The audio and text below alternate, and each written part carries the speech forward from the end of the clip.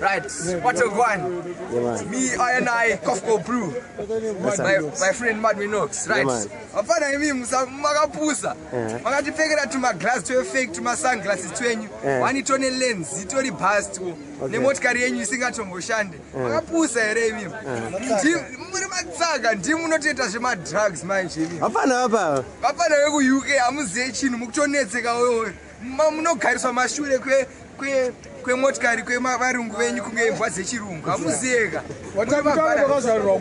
susu ndisi tekuwatford england wanza hauziyeka mandikuratidze hona motikari wona iyi ndo inonzi rin iye kwete chibenz chako chefake cheshe $100 chete wona toyota rav4 inosvika kwese kumutare kumusha kwese tonoona ana gogo vedu manje imi makasiyiwa nehama dzenyu nekuti munobhohwa apa unonzani zita rako ndinonzi Kofko Brew manje DJ Kofko zikuru wayo Smiley the OG one kwete fake auya sadherere manje